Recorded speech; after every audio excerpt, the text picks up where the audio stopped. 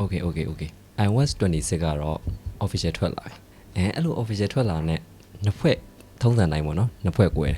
်မင်းတို့တင်တဲ့ error တွေငါတို့တက်မှာကြောက်လို့ငါတို့စောင့်အောင်ပါဆိုတော့အဖွဲကတစ်ဖွဲ့တင်တယ်ကွာဘာဖြစ်လဲဘာမှစောက်ကူးစိုက်စရာမလို error တက်ရင် Apple က minor update ထပ်ပေးလိုက်မယ်တင်တယ်ကွာဆိုပြီးတော့တင်တဲ့အဖွဲကတစ်ဖွဲ့ကျွန်တော်တော့ဒုတိယအဖွဲ့မှာပါတယ်တင်လဲတင်လိုက်ပြီသုံးလဲသုံးကြည့်ပြီဒီတော့ဗျာ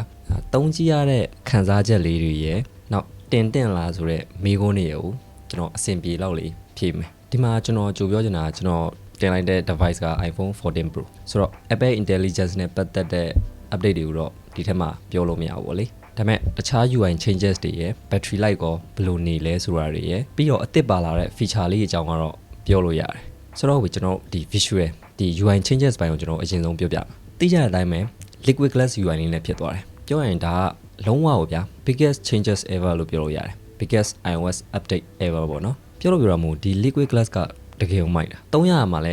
ဲသူတို့အရင်ကျွန်တော် beta တွေမှာပြောတော့ငါလိုမျိုးသူတို့စမိတ်ဆက်တုန်းကလိုမျိုး distract ဖြစ်နေရမျိုးမရှိတော့ official မှာပေါ့လေမြင်ရတဲ့အတိုင်းပဲဗျာဒီ icon လေးတွေကိုဖောက်ပြီးတော့ကျွန်တော်တို့အောက်က wallpaper ကိုမြင်နေရတဲ့ effect ကတော်မိုက်တာပြီးတော့ iOS ဖြစ်နေတဲ့အတွက်ဗျာ animation quality ကလည်းပြောနေစရာမလိုဒီ lock screen ကနေကျွန်တော်တို့ swipe up လုပ်လိုက်တဲ့အချိန်မှာ app icon လေးတွေကကျွန်တော်ရေုံမှာ floating ဖြစ်နေတဲ့ effects လေးနည်းနည်းလေးပါတယ်အဲ့ effects လေးကလည်းစောင်းမိုက်တယ်ပြီးတော့ကျွန်တော်ဒီ notification ရှေ့ကိုဆွဲချရတဲ့အချိန်မှာမြင်ရတဲ့ liquid glass အချက်လိုက်ကြီးကလည်းစောင်းမိုက်တယ်ပြောရင်ဗျာလက်နဲ့ထိတိမြအရာတိုင်းကလှုပ်စီးဖြစ်နေပြီးတော့ဗျာသိမလား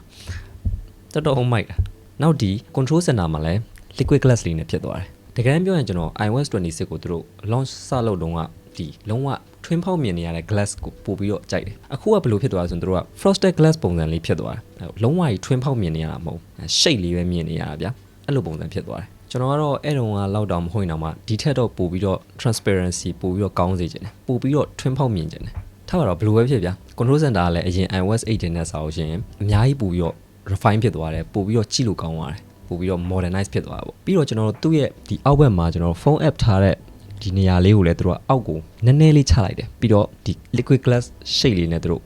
surrounded လုပ်ထားပေးရပေါ့နော်မြင်အောင်နေပြီကျွန်တော်ကတော့ဒီ Xiaomi HyperOS 3 ကြရင် liquid glass ကိုခိုးတော့မှာ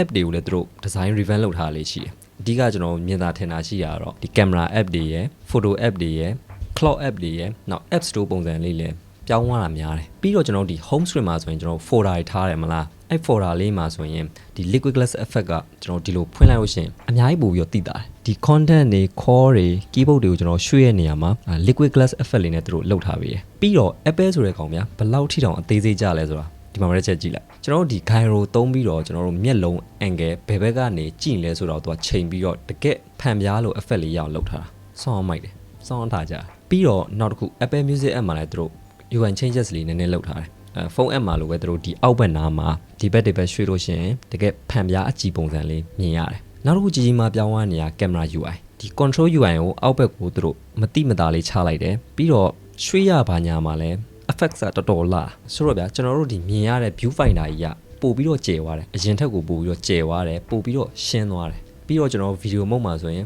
ProRes off တွေ resolution တွေ frame rate တွေကိုဒီဘယ်ဘက်ပေါ်ထောင်တို့တခါတည်းချိန်လို့ရအောင်တခါတည်းပြောင်းပေးလိုက်တယ် photo app မှာဆိုရင်အတူတူပဲ resolution ရယ် format ရယ်ကိုတခါတည်းအဲ့နေရာမှာပြောင်းလို့ရတယ်ဆိုတော့ဗျာ overall အနေနဲ့ဆိုရင် camera UI ကလည်းပို့ပြီးတော့ရှင်းသွားတယ်ပို့ပြီးတော့သုံးရလွယ်သွားတယ်ပြီးတော့ iOS 26ကဒီ lock screen customization ဘိုင်းမှာအများကြီးပိုကောင်းသွားတယ်ဒီအောက်ကကျွန်တော်တို့ shortcut လေးတွေကိုလည်းကိုကြိုက်သလို customize လုပ်လို့ရတယ်အရင်လိုမျိုးတိတ်မဟုတ်တော့ဘူးဗျာအကုန်လုံးကိုကြိုက်လို့သွားပြီးတော့ပြောင်းလို့ရတယ်ပြီးတော့ wallpaper depth effect ကလည်းအခုမြင်ရတဲ့အတိုင်းပဲတော်တော်ထားကြတယ် Apple ကဒီနှစ် lock screen customization ဘိုင်းကိုတော်တော်ချက်ပြုတ်လိုက်ဝင်ရတယ်ဒါက liquid glass နဲ့ပေါင်းလိုက်တာကြောင့်လည်းပါကောင်းပါလိမ့်မယ်ပြီးတော့ဒီ photo app မှာဆိုရင်လည်းအရင်လိုမဟုတ်တော့ဘူးဒီ library နဲ့ collection ကိုသူတို့နှစ်နေရာခွဲပေးလိုက်တယ်ဆိုတဲ့ခါကျတော့ဗျာအရင်လိုမျိုးတည်ရမလား UI ကပုတ်ကွဲပြီးရှုပ်နေတော့ကျွန်တော် library ထဲသွားကြည့်လို့ရှိရင်တည်မလား hidden folder တွေဘာတွေမညာအဲ့မျိုး favorite တွေဘာတွေအဲ့လိုတွေမမြင်ရတော့တော်တော်လေးရှင်းရှင်းလင်းရှိသွားတယ်အဲ့ဒါတော့လုံးဝကြိုက်တယ်တော်တော်ကောင်းနောက်တော့ကျွန်တော် iOS 18တော့အဲ့မိုက်ပြီးတော့ကျွန်တော်ပုံတွေကိုရှာမယ်ဆိုရင်လည်းတော်တော်လေးမြင်သွားတယ်ပြီးတော့တော်တော်လေး precise ဖြစ်လာတယ်အဲ့ဒါကြီးကတော့တကယ်မိုက်တယ်ပြီးတော့ကျွန်တော်ဒီ setting UI ဘိုင်းမှာလည်းတင်မလား toggle လေးတွေကျွန်တော်အဖွင့်ပိတ်လုပ်တာကိုလည်းဒီ liquid glass effect လေးနဲ့လုပ်ထားပြီးတယ်ဒီ setting UI တစ်ခုလုံးကလည်းတော်တော်လေး clean ဖြစ်သွားတယ်ပို့ပြီးတော့ကြည့်လို့ကောင်းသွားတယ်ပို့ပြီးတော့ neat ဖြစ်သွားတယ်လို့ပြောလို့ရတယ်ပြီးတော့ကျွန်တော်ဒီ setting ထဲမှာမြင်ရတဲ့ search bar ကလည်းအရင်လိုအပေါ်မှာမဟုတ်တော့ဘဲနဲ့သူကအောက်ဘက်ကိုရောက်သွားတယ် ပြီးတော့ keyboard ကလည်းကျွန်တော်နောက်ခံ background color ပေါ်လိုက်ပြီးတော့ transparent ဖြစ်ခြင်းဖြစ်မယ် black ဖြစ်ခြင်းဖြစ်မယ် white ဖြစ်ခြင်းဖြစ်မယ်ပြီးတော့ keyboard ရဲ့ overall UI design လေးကအပေါ်နည်းနည်းလေးတက်သွားတယ်ဒီလောက်ပဲဘက်ထရီပိုင်းကတော့ပုံမှန်ပဲကျွန်တော်တင်ကြည့်ရလောက်သုံးကြည့်ရလောက်ပုံမှန်ထက်ဆိုးရလည်းမရှိဘူးပို့ပြီးတော့အများကြီးကောင်းလာမျိုးလည်းမရှိဘူးပြီးတော့ကျွန်တော်ဒီ update တင်လိုက်လို့ battery percent ကလည်းငကိုတိုင်းပဲမကြောက်ဒါကတော့ဖုန်းတစ်လုံးနဲ့တစ်လုံးတူချင်မှတူလိမ့်မယ်တချို့အဲ့ battery percent မှာအကြာကြီးခံနေတဲ့လူတွေကဒီ update တင်လိုက်လို့ရှိရင်တော့ကြာမှာပဲစိတ်ဝင်မှုနဲ့ကြာကိုကြာမှာအဲ့ဒါကိုကြောက်ပြီးတော့ iOS 26ကိုမတင်ဘူး update မတင်မဲနဲ့သုံးနေမယ်ဆိုရင်တော့ OBE လူသားမိုက်လာကြည်လာလို့ပဲပြောရလိမ့်မယ်တော်တော်မိုက်တဲ့လူဖြစ်လိမ့်မယ်ဘရိုကသုံးကြီးတင်တဲ့ UI ဗျာ iOS 26ကပြီးတော့တိကျတိုင်းအားသွင်းလို့ရှိရင်လည်း 80% ကိုဘယ်အချိန်မှာပြည့်မယ် 100% ကိုဘယ်အချိန်မှာပြည့်မလဲဆိုတာလည်းတခါတည်းပြောလာပြီဒါကတော့ Android မှာပါလာတာကျွန်တော်တက်လောက်ရှိတော့မယ်ဗျာအခုမှဒီကောင်ထည့်ပေးတာဘယ်လိုပဲဖြစ် Apple ကနောက်ဆုံးတော့ထည့်ပေးလာပြီကျေးဇူးပါဆိုတော့ overall ခြုံပြောလို့ရှိရင်တင်ရမှာလားဒီ update ကိုကျွန်တော်တော့ရေးရေးတင်ပါလို့ပဲအကြံပေးခြင်းပါတယ် update ရနေသေးတဲ့ iPhone ကင်ထားရဆိုရင်တင်တာတင်လိုက်နောက်တော့မရစေရအောင်ပြီးတော့ကျွန်တော် error ဘိုင်းကိုပြောပြမယ် bugs ဘိုင်းကိုပေါ့နော်ဘာလို့လဲဆိုတော့ဗျာကျွန်တော်တင်ပြီးကြတဲ့စတိုက်3ကြီးနေ bug တွေပါဒီကောင်းမှမတွေ့ရသေးဘူး battery drainer ဘာညာလည်းမတွေ့ရဘူးဖုန်းကြီးပူလာမျိုးလည်းမရှိဘူးအဲ့လိုပူတယ်ဆိုတာဗျာသူတို့ဖြစ်ကြတာများတာဒီ download လုပ်တဲ့အချိန်မှာဒီ update ကိုကျွန်တော် download လုပ်တဲ့အချိန်မှာဖုန်းကပူလာတာ